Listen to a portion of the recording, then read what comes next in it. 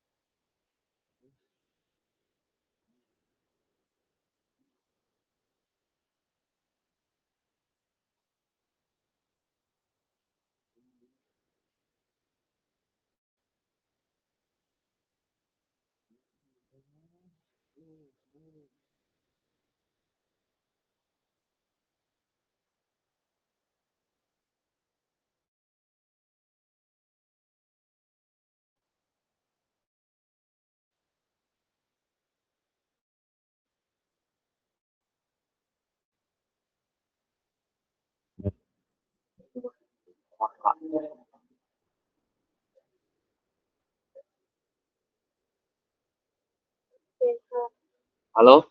Nah, ini kedengeran belum? Udah Kak. Oh, ini kedengeran ya? Iya sudah kedengaran Kak. Oke. Eh, oke, sih. Aku mulai ya. Assalamualaikum warahmatullahi wabarakatuh. Selamat malam guys. Waalaikumsalam warahmatullahi wabarakatuh. Tutorial pertama di dasar 2 di kelas A. Nah, ini aku pakai MTF PT IUP, jadi ada yang belum aku edit itu cara kerja di kelas A. Mungkin ini suaranya apa ada berisik ya, cuman kayaknya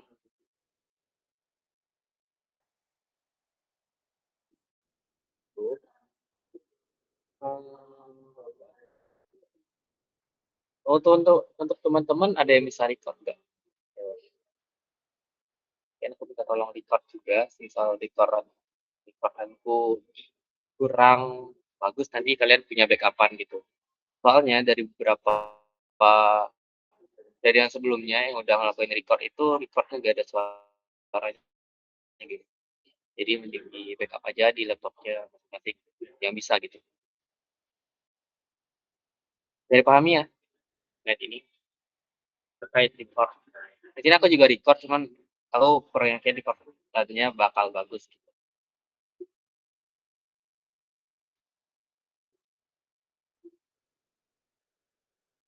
Uh,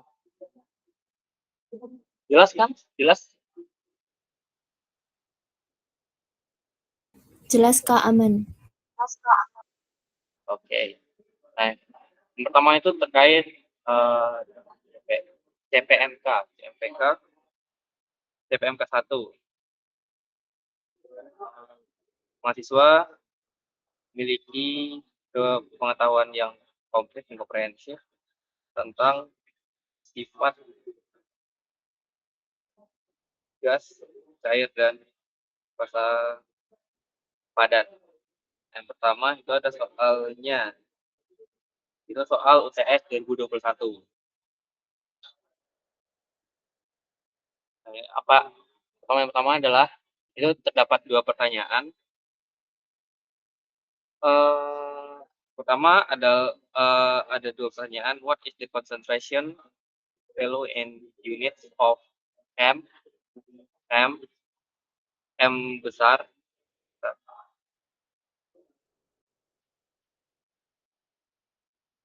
M besar,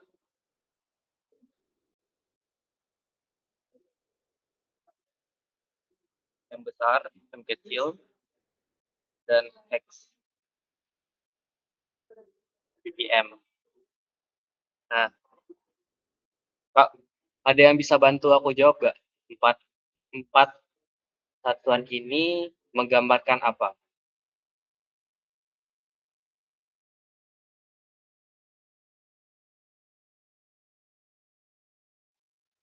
Halo? Suaraku sering jelaskan ya? Untuk soal yang pertama itu kan apa concentration value in units M besar, M kecil, X, dan ppm. Nah, siapa yang bisa menjelaskan keempat satuan konsentrasi ini menggambarkan apa? Ada yang bisa bantu jawab?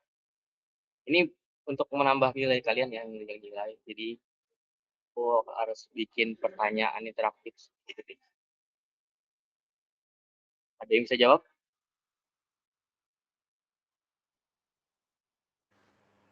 Bantu jawab, Kak.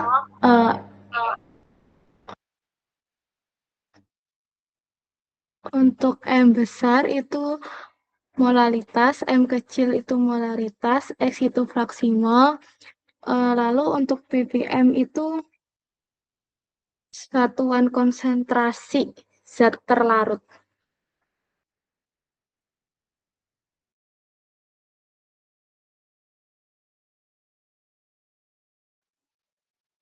Ada yang lain yang mau nambahin?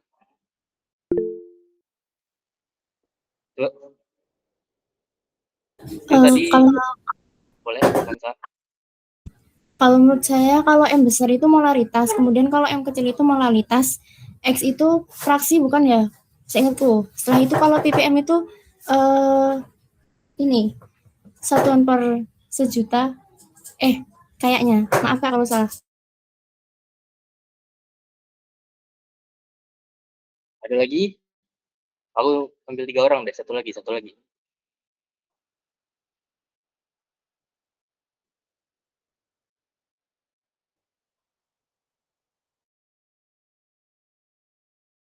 Ada lagi guys yang mau nambahin? Sebenarnya untuk fraksi mol udah benar, cuman untuk jawaban M itu sebenarnya kurang lengkap gitu, aku masih kurang puas dengan jawabannya.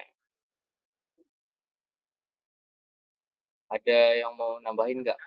Atau punya jawaban yang lebih lengkap lagi?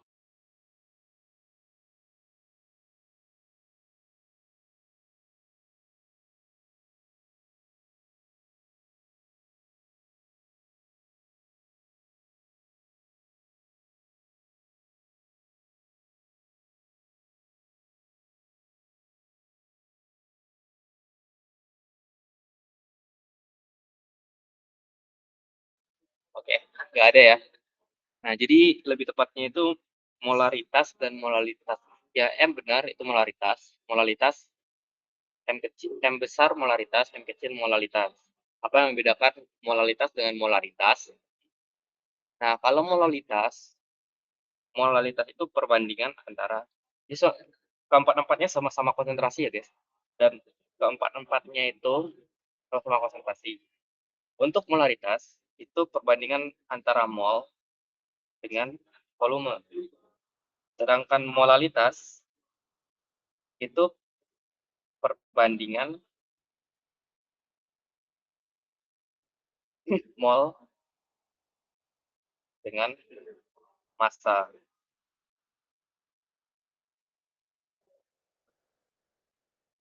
Nah, fraksi mol itu konsentrasi kalau misal kita pakai 2 senyawa itu kita menentukan fraksi apa maksudnya konsentrasi dia di antara kedua senyawa itu. Fraksi mol N1 per N2. Kalau ppm itu parts per million. Atau nanti ada juga itu ppb, parts per billion. Maksudnya adalah bagian per miliar. Itu biasanya satuannya adalah miligram per liter. Jadi bukan dari mol, tapi dari massa. Yo, ini ada pertanyaan.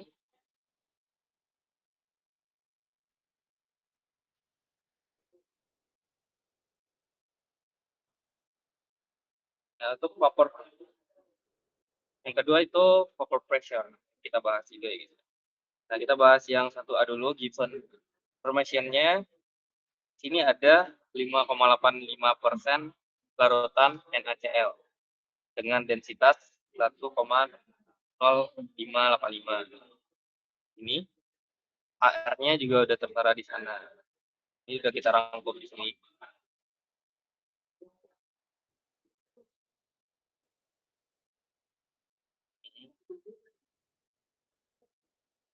Soalnya kayak gini guys. Itu ya. Untuk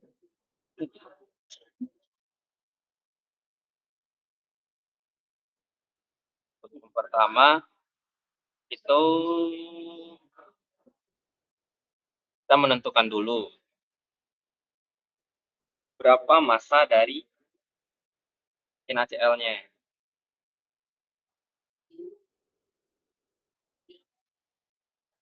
Jadi misal kita mengasumsikan di sini ada sebanyak 1 liter NaCl di dalam air. Berarti di dalam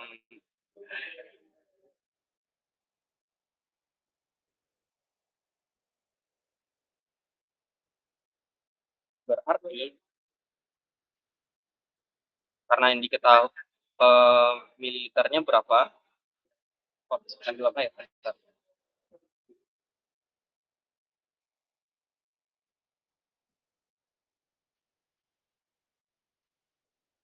liter NaCl.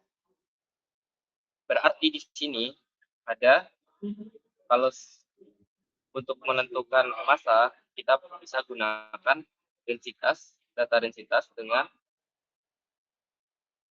densitas dengan volume untuk menentukan kilogram, sehingga dapatnya nanti 1058 ini. Nah, untuk menentukan massa NaCl-nya, kayaknya ada yang salah.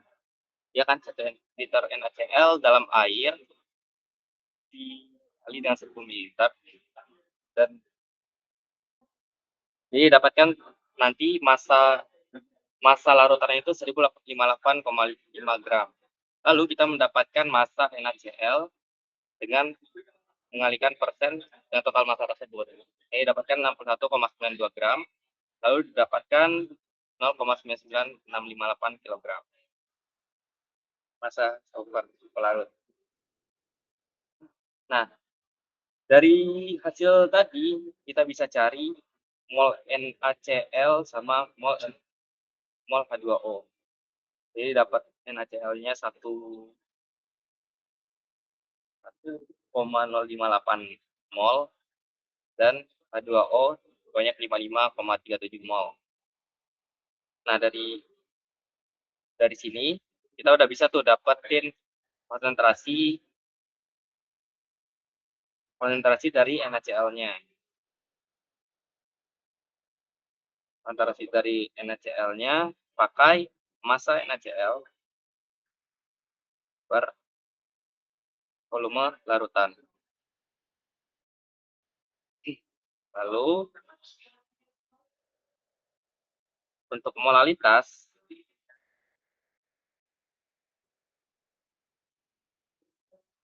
kita ambil mol NaCl per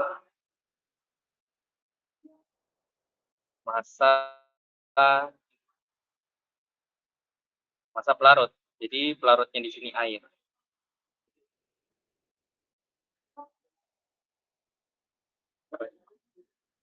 Kayaknya kebetulan.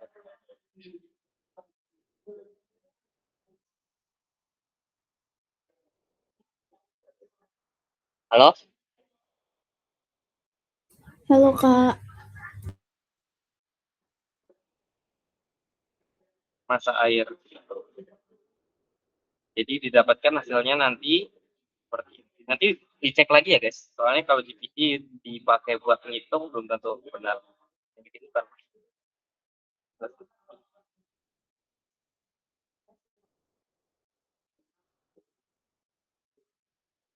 Selanjutnya kita lanjut ke molaritas sudah dapat, molalitas sudah. Kita lanjut ke fraksi mol. Tadi sudah didapatkan N dari NaCl itu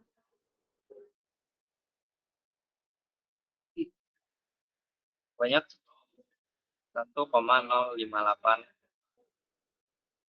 molar. Sedangkan molalitas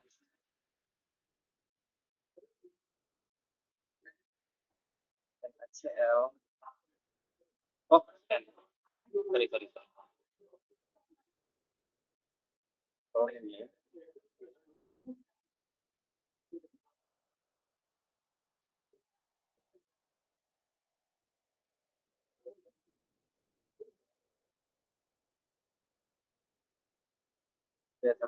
NaCl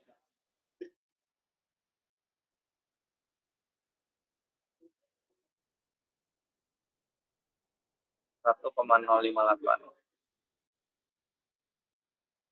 mol dan NH2O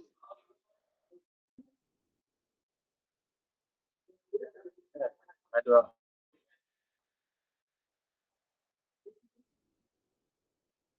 dengan 55,37.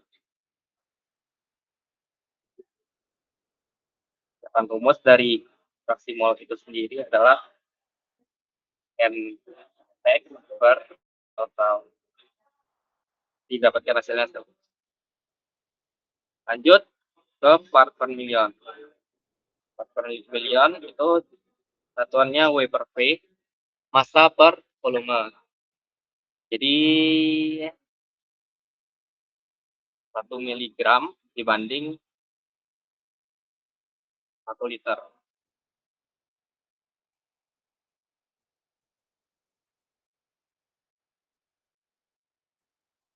Massa NaCl tadi sudah didapatkan pada 61,92. Tinggal karena dijadikan miligram, kita konversi. Ini konversi dibagi dengan volume dalam satuan liter, yaitu 1 liter. Sehingga nanti dapatnya 61.920. Jika kita pakainya W per massa per massa, tidak ada dua, kita bisa, tapi yang biasa dipakai itu adalah massa per volume larutan. Tapi misal kita mau pakai massa per massa, itu juga bisa. Tapi hasilnya bakal beda. Ini 58 per 58.500. Jadi ini ada pertanyaan. Oh, agak berbelit-belit. Oh, apa? Kira-kira ada pertanyaan, ngerti semua nggak?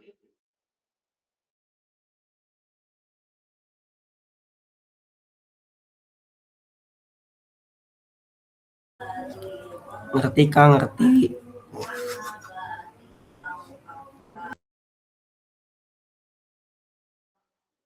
Nomor 2 itu terkait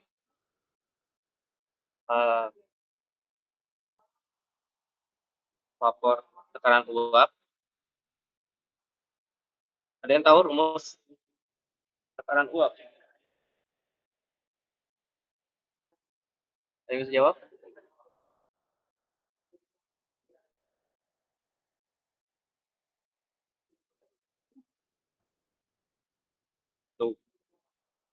Ada yang bisa jawab?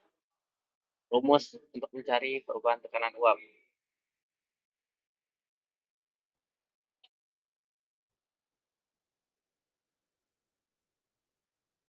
Ada ya? Kalau kita lanjut aja. Di sini diketahui vapor tekanan uap dari 2 metil heksan dengan MR 100,2 dengan tekanan 37,986 tor pada 15 Celcius. Berapa tekanan dari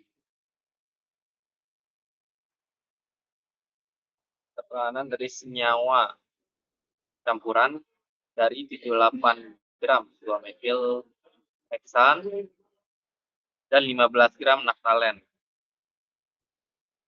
which is non volatil. Naftalen ini tidak volatil. Apa arti non volatil? Ada yang tahu? Ada di soalnya sih sebenarnya. Tapi nggak apa-apa. Yang mau jawab boleh buat tambah nilai. Nggak mudah menguap, Kak. Izin menjawab. Ya. Ya, jawabannya sama ya? Kuning? Ya, boleh. Benar. Ya, udah pada paham volatil tidak. Udah menguap, Kak. Sama kayak yang tadi. Nah, jadi menurut kalian dengan penambahan dengan campuran naftalen ini kemungkinan tekanan uapnya bakal meningkat atau menurun? Turun, Kak. Kenapa?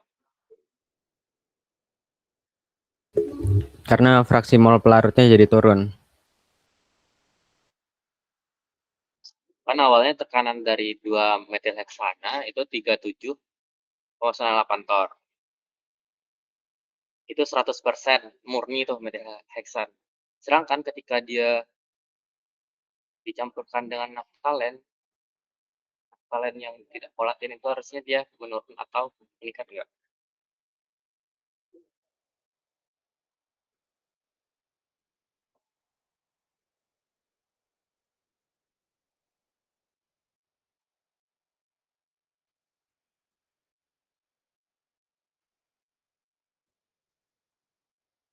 Jadi turun. Turunnya tadi danar. Nah, ya aja. Kita lanjut, kita coba jawab. Jadi diketahui komponen H itu 2 metil, solutnya naftalen, PB-nya 0, pH-nya 37,986. Ini 78 gram, MR-nya segini, masa naftalennya segini, MR-nya segini. Suhunya temperaturnya konstan segini.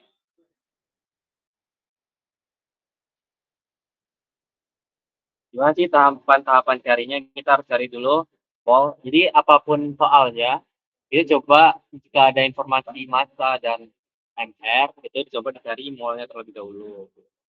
Ini. Nah, dari sini kita mencari rumus dasarnya itu kan T kan XA PH 0 tambah B 0.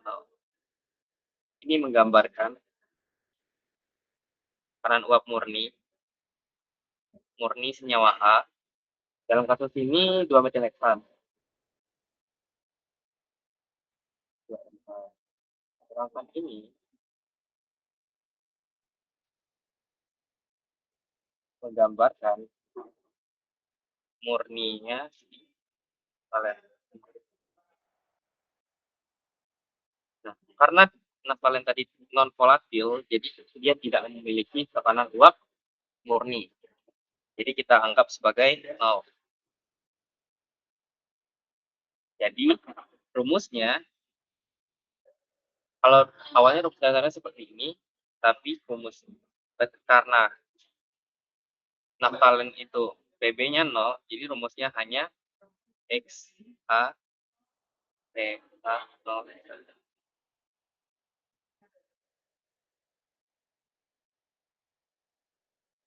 Sekarang kita juga udah dapatkan praksimolnya tadi. Ini kita harus cari praksimol dulu. Kita dapat mol naphthalene.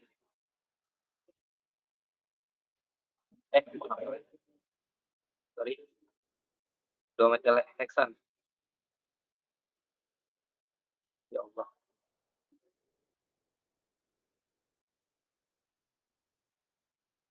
Metilheksan.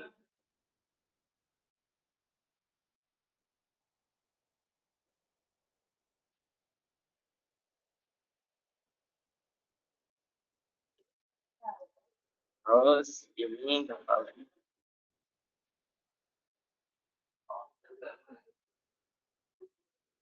Jadi ada dapat XI 0,869. Kalau metilheksannya 0,869 berarti fraksi mol naphthalennya berapa? Ada yang bisa jawab?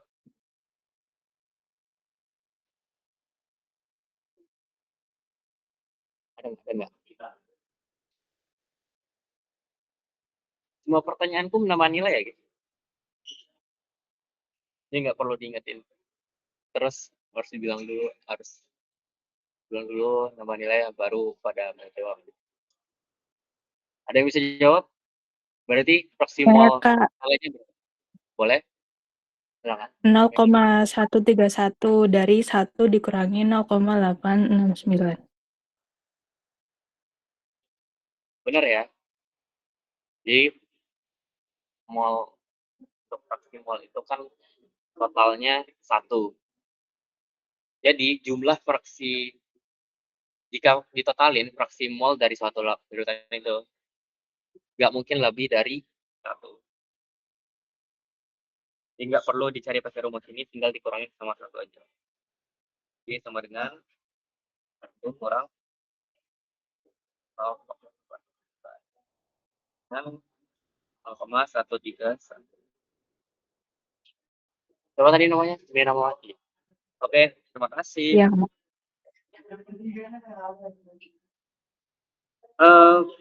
Kita masukin ke rumus, kita kalikan dengan tolak. Didapatkan tekanan uapnya sebanyak 33,01. Jadi benar kata yang tadi bahwa penambahan kalau tadi menyebabkan penurunan tekanan uap karena jumlahnya persentasenya di dalamnya berkurang. Kita lanjut soal kedua. Sejauh ini ada pertanyaan?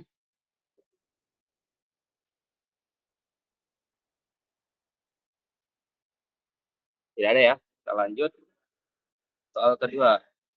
Jelaskan kenapa asam propanoat itu bercampur dalam air, sedangkan C7H15COOH itu tidak bisa immiscible, bisa bercampur dengan air. Dari sini kita nyari, di sini ada yang bisa jawab secara full nggak? Ada? Jawabnya teori dong kok. Cuman teori, nggak ngitung ini. Ada yang bisa jawab? Oke, saya mau jawab ya Kak. Mungkin aja kalau misalkan asam propanoat itu karena dia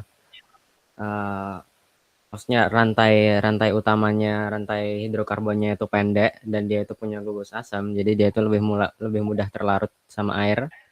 Tapi kalau misalkan asam oktanoat itu walaupun dia memiliki gugus asam yang polar ya, memiliki gugus asam asetat, asam karboksilat maksudnya, punya gugus asam karboksilat yang polar dan bisa terdisosiasi juga. Tapi karena dia itu rantai karbonnya panjang, jadi dia sulit terlarut di air. Begitu.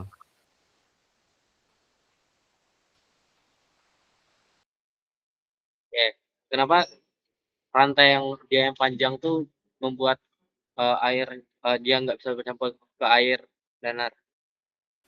Ya, karena rantai panjang hidrokarbon atau gugus eh, ya gugus hidrokarbon yang biasa yang apa namanya itu em, dia Ya, itu jenuh, gugus rantai karbon yang jenuh itu dia non polar, Kak. Gitu.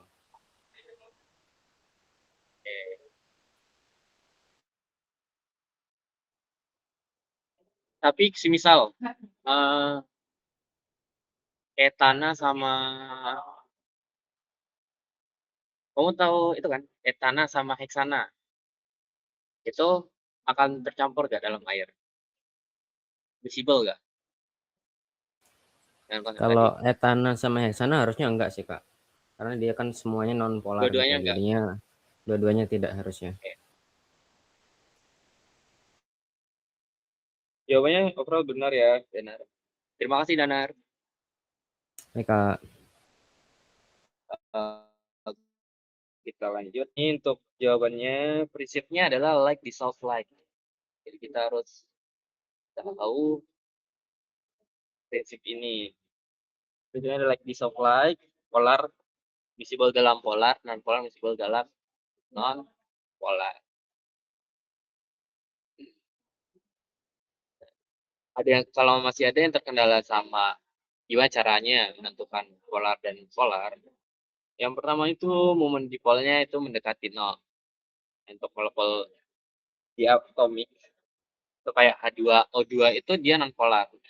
Sedangkan HCl itu dia polar. Terus untuk struktur molekul dia simetris. Nah, ini linear kan simetris atau trigonal planar. Kayak gini dia simetris. Panjang simetris itu artinya panjang ikatannya sama sebenarnya. Panjang ikatannya sama dan lain-lain. Panjang ikatannya sama, sudut ikatannya sama, yang mengikat pun juga sama. Contohnya ada di sini semuanya.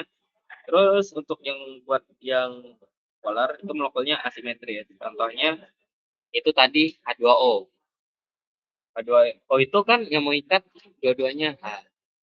Tapi dia masih memiliki PEB di sana. Oh ya, tadi aku belum bilang mention ada tidak memiliki PEB. Nah, PEB ini menyebabkan struktur molekul tidak simetris karena tolakan elektronnya. Seperti itu. Nah, ini bentuk strukturnya seperti CH3 aseton ini. Aseton. Karena C ini walaupun semuanya dia nggak punya PEB, dia mengikat atom yang berbeda, gugus yang berbeda. Ya, kiri kanan dia mengikat CH3 itu otomatis panjangnya sama ini ini sama. Tapi yang O itu dia mengikat yang satu lagi dia mengikat O. Rangkap dua ikatan yang rangkap dua ini menyebabkan ikatannya pendek sehingga panjang ikatannya itu berbeda dengan yang ini tadi. Itu yang menyebabkan dia tidak simetris. Ya kira-kira seperti itu. Ini penjelasannya. Ini gugus untuk air. Jadi ada PEB di sini.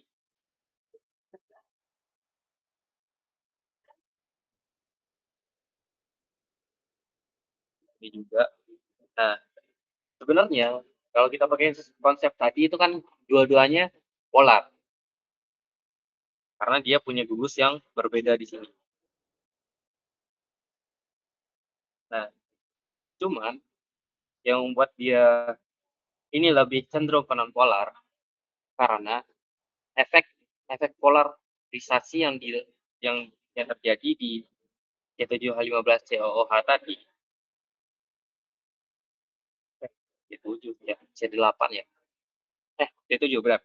Oktanoat, asam oktanoat tadi itu sangat minimal. Jadi dia nggak menyebabkan polarnya itu begitu signifikan.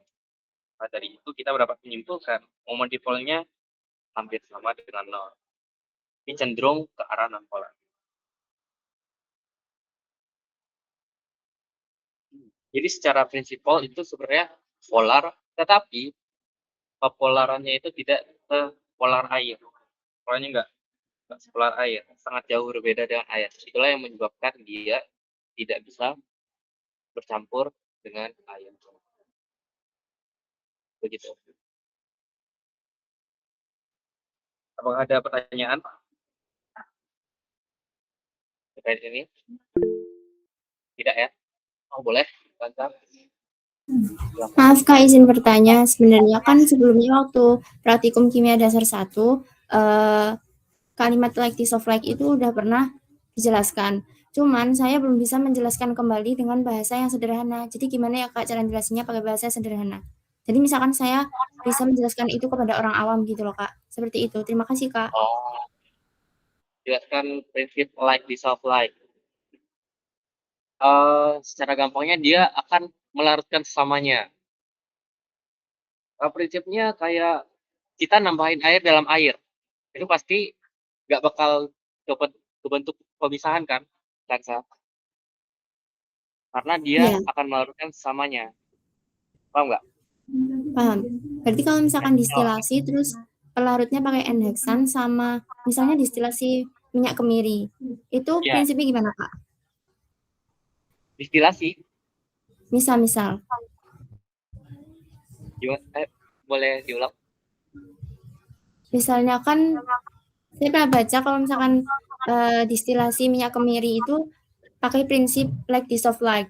Nah itu berarti maksudnya gimana Kak? Ekstraksi. Ekstraksi mungkin ya. Iya Ya, iya. Heeh. like dissolve like.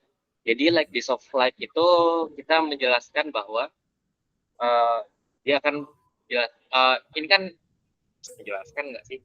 Konsepnya adalah polar sesamanya akan melarutkan sesamanya.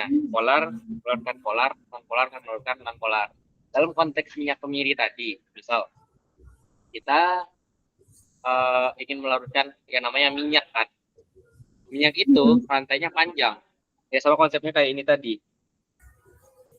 Yang asam oktanua tadi. Dia tetap punya gugus asam lain, tapi dia rantai itu panjang banget. C itu panjang banget sehingga dia cenderung non polar. Nah, di sana kita pakai PE kan, petroleum ether. Petroleum ether itu adalah pelarut organik yang bersifat non polar.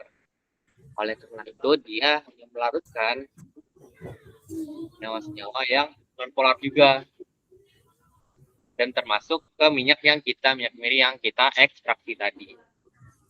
Itu. Oke, Kak. Sedikit, tapi lebih mending sih, udah lumayan paham banget. Makasih Kak. Kira-kira ya, simpelnya seperti itu.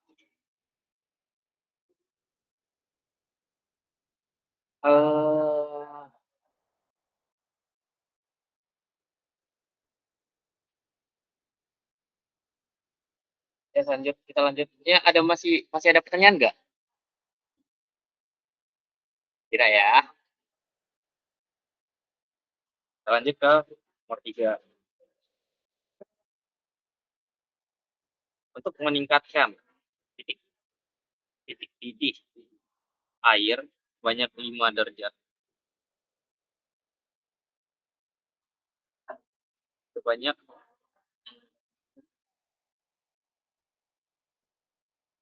5 derajat. Jadi delta TB-nya harusnya 5 derajat Celcius. Berapa banyak massa dalam satuan gram garam KNO3 yang perlu ditambahkan dalam 800 ml air? KB air. Jadi pertanyaannya,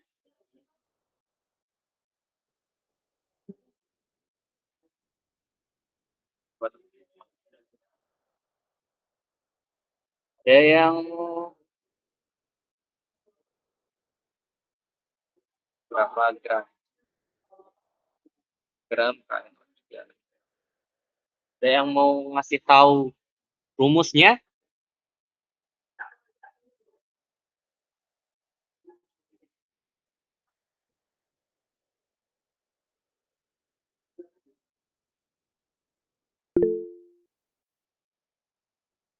Boleh, Vincent.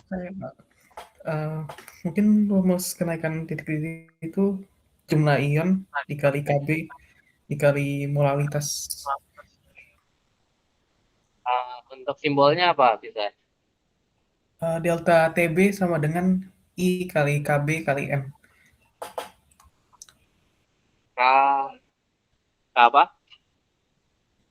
Delta Tb M I kali kali Kb kali M. B kali Kali I. M-nya apa? Kali I, Kak. Apa tadi? M KB dikali I. oh ini apa? Kayak jumlah ion gitu kan. Sebutannya apa? Nggak tahu. Mungkin Faktor Van Hoff ya, Kak.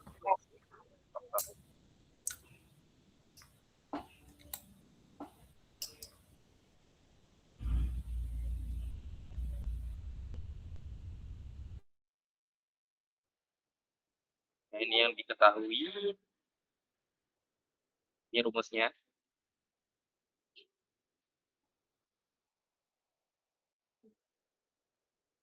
N itu, tadi tentang faktor Van Hoff. N itu jumlah apa? Vincent, kamu bisa jawab? Jumlah ion, Kak. Ya, N itu. ya oke.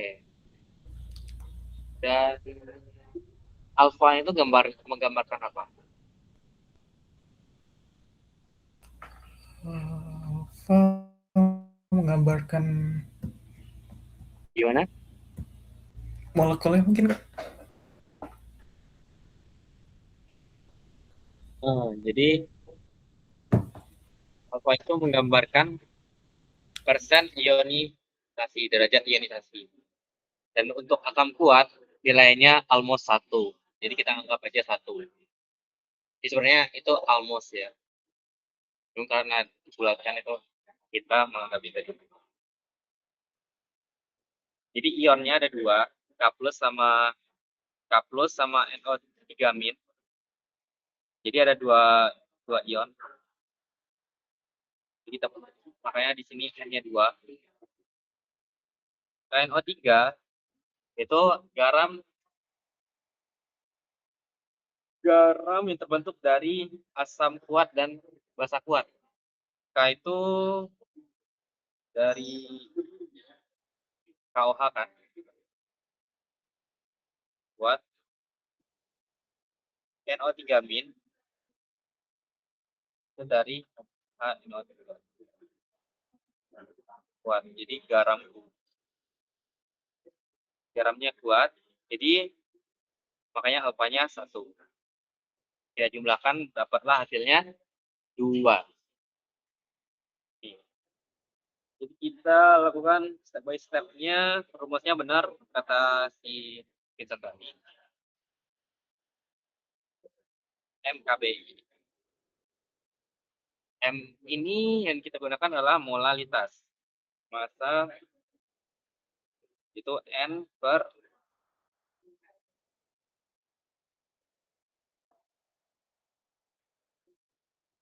massa solvent.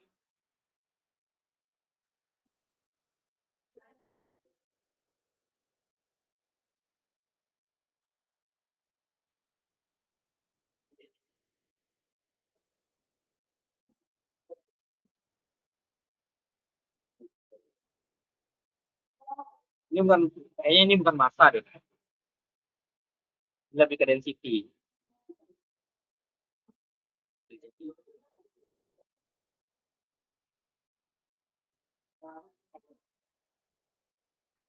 Dan Ini volume. 1000 itu menggambarkan apa kalau kalian tahu?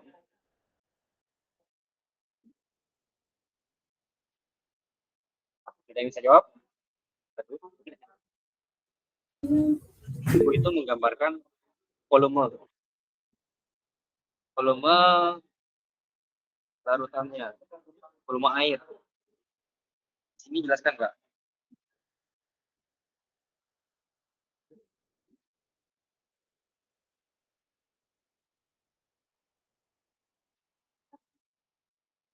Makanya dikali 1000.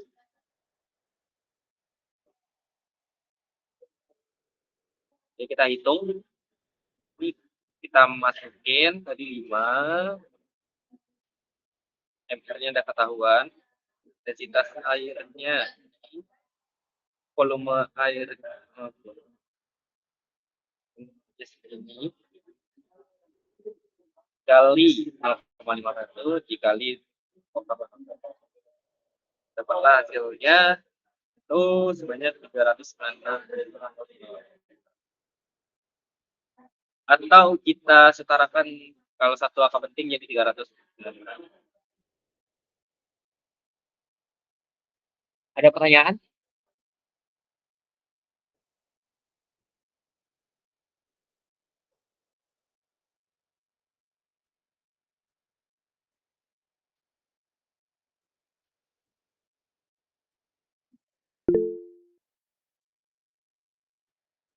Tidak ada ya? Oh boleh. Pak mau tanya? Iya Kak, itu boleh kembali ke yang faktor Van Hoff tadi. Ya. Ya. Gimana faktor Van Hoff? Itu cuman mau tanya, yang N-nya itu berarti total ionnya bukan Kak? Apanya? Yang N.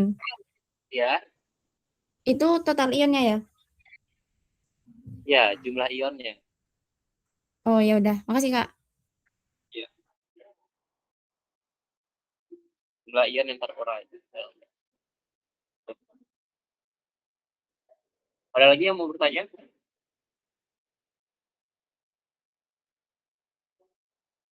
Ada ya. Kita lanjut ke soal nomor 4. Ini soal tentang keseimbangan. For direction nitrogen plus hidrogen. Ini reaksinya dari Kimdas kemarin ya. N2 tambah 3H2 timbang dengan NH3. Reaksinya sudah setara, diketahui pada temperatur tertentu. Nilai KC-nya sama dengan 500.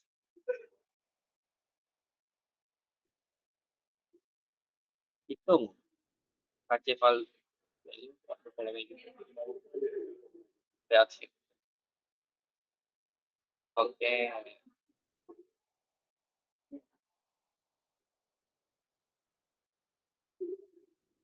Reaksi 1, reaksi 2. Ini yang jadi ini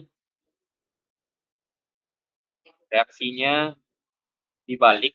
Yang nomor 1 ini reaksinya dibalik.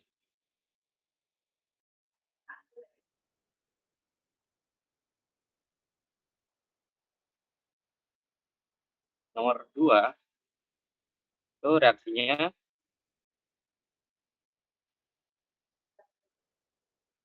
dibagi 2.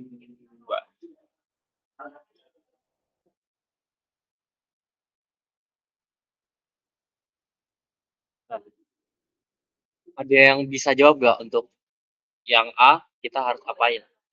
Kalau reaksi dibalik berarti KC-nya kita apain? Maka kalau KC-nya koefisiennya dibagi 2 itu berarti KC-nya harus kita apain? Ada yang bisa jawab? Minus. Nggak tahu Kak, maaf. Oke. Jadi untuk reaksi yang dibalik itu KC-nya kita jadikan 1/KC. Nah, kalau dibagi 2, Tauku itu di akar. Di akar pangkat 2. Kita lihat di jawabannya, apakah benar?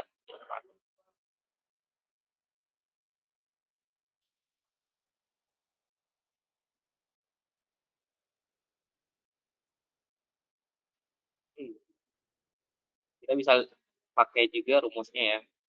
Kalau KC di sini per 500. Kalau untuk KC-nya aja rumusnya udah beda ya. Ini. Ini.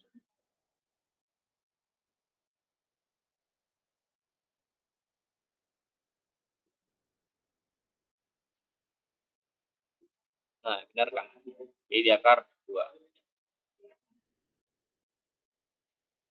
Jadi, misal.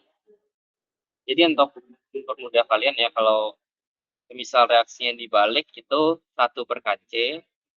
Kalau reaksinya dibagi 2, koefisien F dibagi KC sama dengan KC.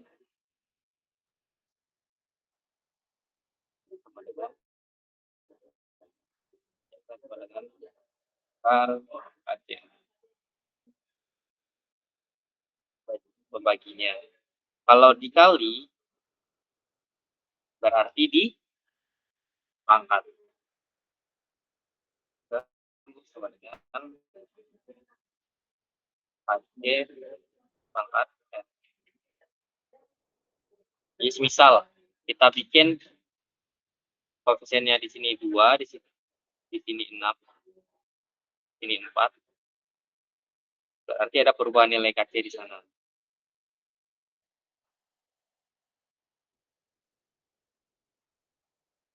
Jadi kalau semisal kita ubah 500 pangkat 500 pangkat 2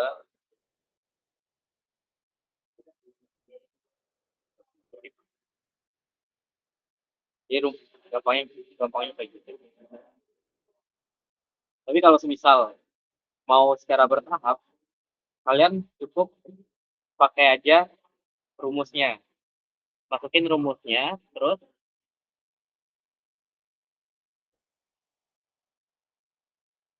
masukin rumusnya kayak gini kan. Rumus awalnya kan gini. Dapatlah 500. Dan kalau reaksi yang dibalik, harusnya jadinya penyebut itu menjadi pembilang, yang bawah jadi atas, yang atas jadi bawah, maka sama dengan 1 per ini yang sebelumnya. Itu kalau reaksi dibalik, itu secara bertahapnya. Makanya hasilnya jadi 1/500. Tapi bisa dihafal, bisa lakukan sesuai proses. Tapi kalau bisa sesuai proses juga. Nah, di sini juga N2 1/2 3/2.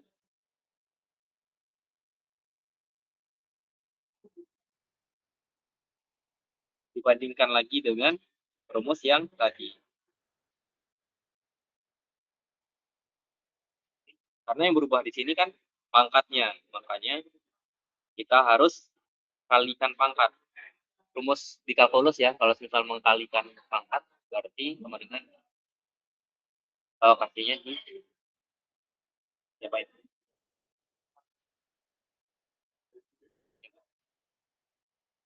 Jadi dikali pangkat 2. Kali pangkat 2, nanti dicoret-coret, kali pangkat 2, coret-coret. Paham nggak ya? Kalau aku kayak gini doang.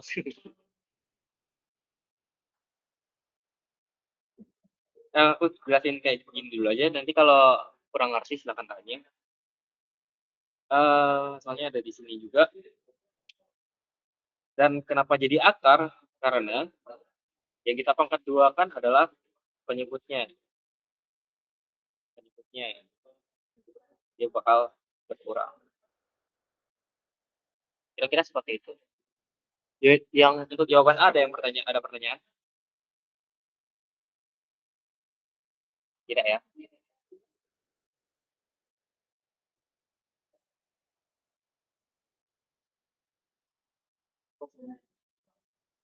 Kita naik lagi ke soal ya.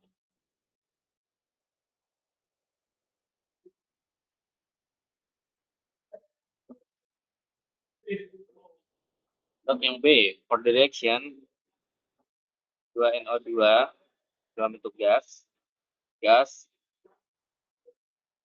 menghasilkan NO2O4 gas timbang pada temperatur 25 derajat Celcius. Kp-nya adalah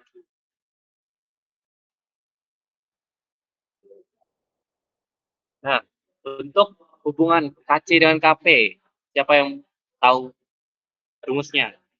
Gimana hubungannya? Ada yang bisa jawab? Nah, Kak, Kp sama dengan Kc dikalikan RT pangkat delta N. Gimana? Kp Kp sama dengan Kc dikali dalam kurung RT pangkat delta N. Delta N itu apa? Dan gimana? perubahan mol gas, perubahan jumlah mol gas atau mol gas produk dikurangi mol gas reaktan. Ya, bisa dilihat seperti itu, tapi lebih simpelnya itu adalah selisih koefisien. Selisih koefisiennya. Jadi semisal di sini 2, ini 1, berarti N-nya berapa? 1, Kak. Berapa, Danat? 1, Kak. Oke. Kita jawab ya.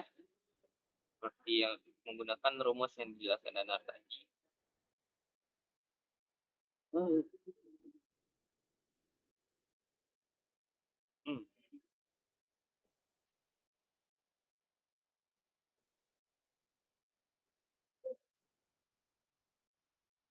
Ini rumusnya.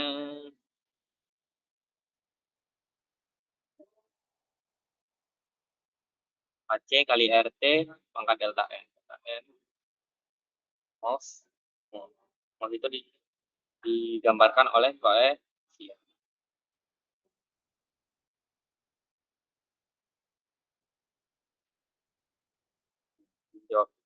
Jawabannya seperti ini. Ya, untuk delta N-nya ini kurang yang kanan. Maka hasilnya nanti seperti ini, Kc per jadi per dikalinya di per karena min 1 jadi per jadi penyebut hasilnya jadi 11,7.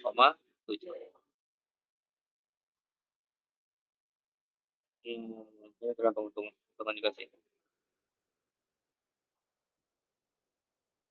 Kanan kurang kiri.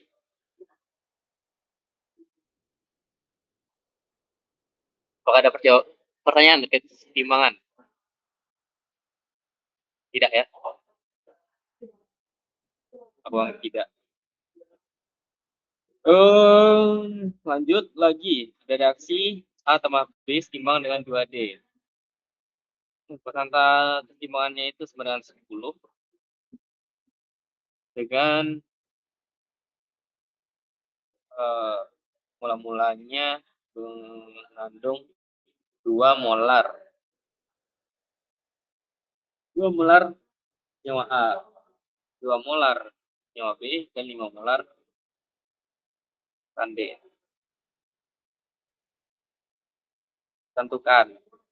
Tentukan arah reaksi. Mana reaksi bergeser? Mana?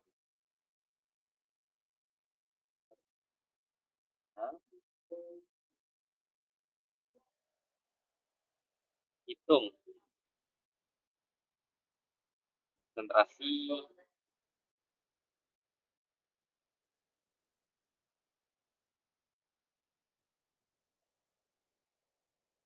setelah keseimbangan.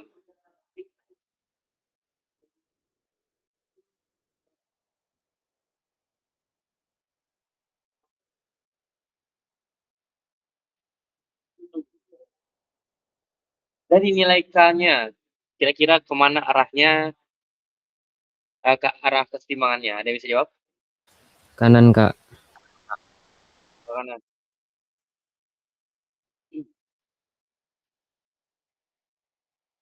Banyak ke kanan.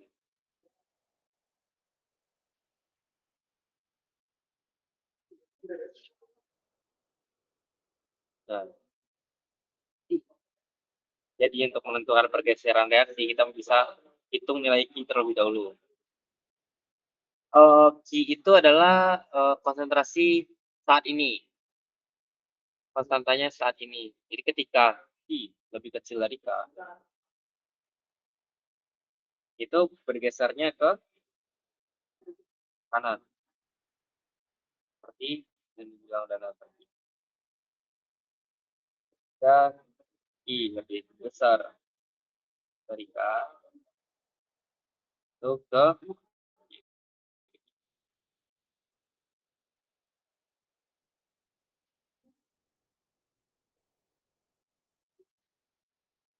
nah, kita kan sudah diketahui semuanya tadi. Padahal 2M berapa, 2M berapa, 5 berapa. Ini menghasilkan I-nya sebanyak 6,25. Setelah kita bandingkan, ternyata kesetimbangannya bergeser ke kanan. Bagaimana ketika kesetimbangan bergeser? Pergeseran kesetimbangan itu kita tidak bisa menentukan jumlah mol yang bereaksi. Jadi kita umpamakan sebagai X. Nah, namanya tambah kurangnya berdasarkan koefisien. Ini kemudian untuk K-nya.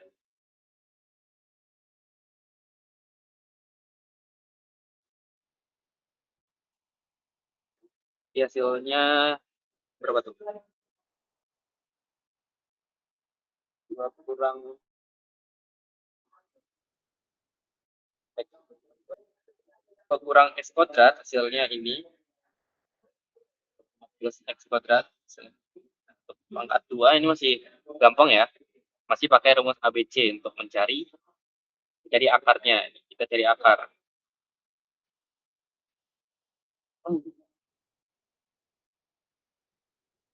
Akarnya min B tambah kurang. Kalau ditambah dapatnya 9,74. Kalau dikurang dapatnya 0,2575. Nah, ini kita harus menilai juga apakah ini masuk akal atau enggak. Biasanya angka yang ditentukan dalam ujian itu pasti hanya satu akar yang masuk akal, yang memungkinkan. Ini 9, terlalu besar.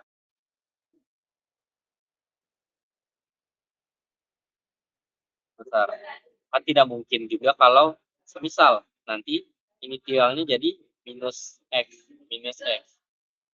Kan tidak mungkin ya jadi minus.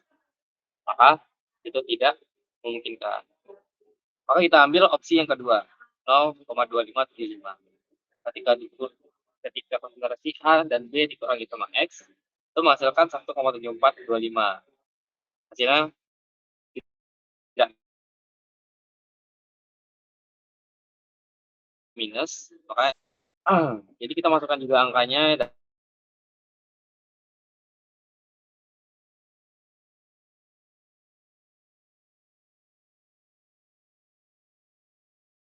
dapatlah konsentrasi D. Dan pengurangannya tidak boleh lebih besar dari jumlah awalnya. Kalau untuk produk tidak masalah. Kita seperti ini. Jauh ini ada pertanyaan?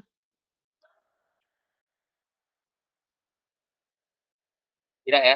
Ini soal terakhir. Ya Allah. Ini pertanyaan 6. Nah, pertanyaan ke-6.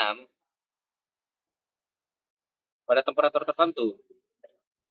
Pasata keseimbangan reaksi CO dengan O2. CO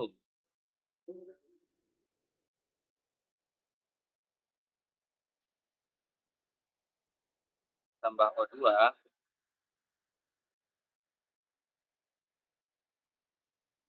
menghasilkan CO2. Hc-nya adalah 5,0 kali 10 pangkat 3. Hitung konsentrasi CO pada keseimbangan jika dalam wadah 2 liter C1 mol CO 1 mol O2.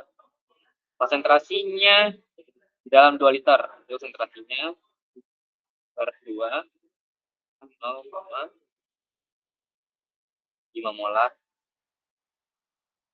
CO sama dengan O2.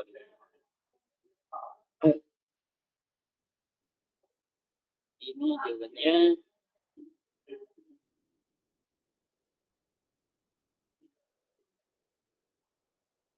nah, seperti tadi kita masukkan sebagai tadi kita udah hitung konsentrasinya.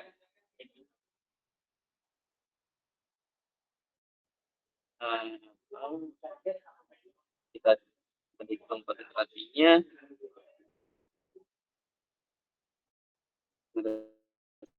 Sekian 0,5. Sejak awal 0,5, 0,5. Jangan CO2 itu belum ada. Nah, ketika ingin menyeimbangkan diri itu dikurangi 2x, kurangi x, apa 2x. 0,5 dikurang 2x. Hasilnya itu saat seimbang 0,5 dikurang 2x sama 0,5 kurang x. Tergantung pada koefisiennya. Nah, kita masukkan ke rumus. Nanti dapatkan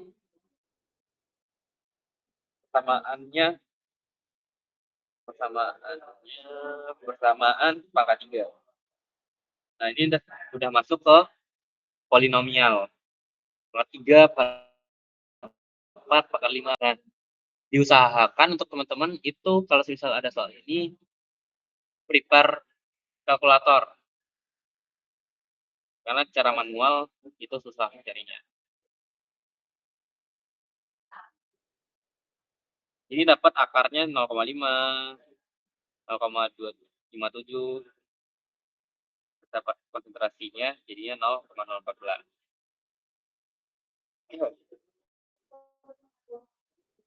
Nah, begini untuk mencari akar bilangan polinomial itu ada banyak cara, ada beberapa cara. Nah, untuk 3 bilangan itu Horner method masih memungkinkan. Metode Horner pernah belajar di SMA kan ya? Ya kan, teman-teman?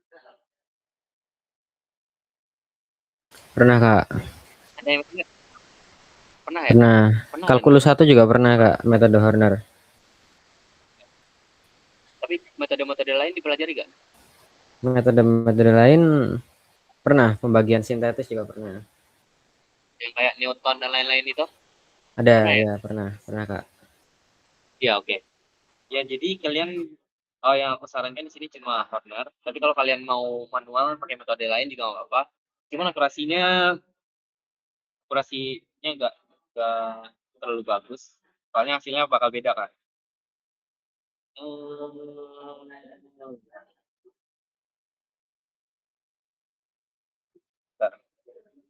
Bakal beda. 0,25, 0,26, 0,48. Agak berbeda. Karena ini menggunakan perkiraan. Kita harus memperkirakan dulu salah satu akarnya apa. Kalau untuk metode Horner.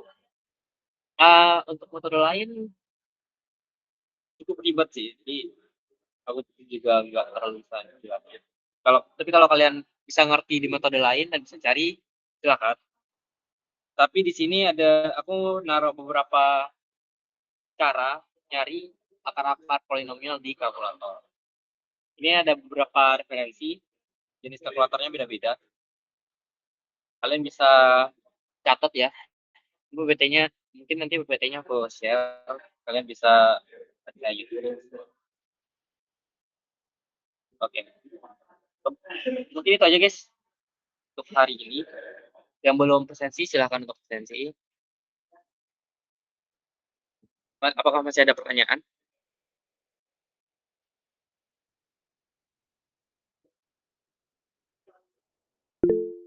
Tidak ya? Tidak ada pertanyaan?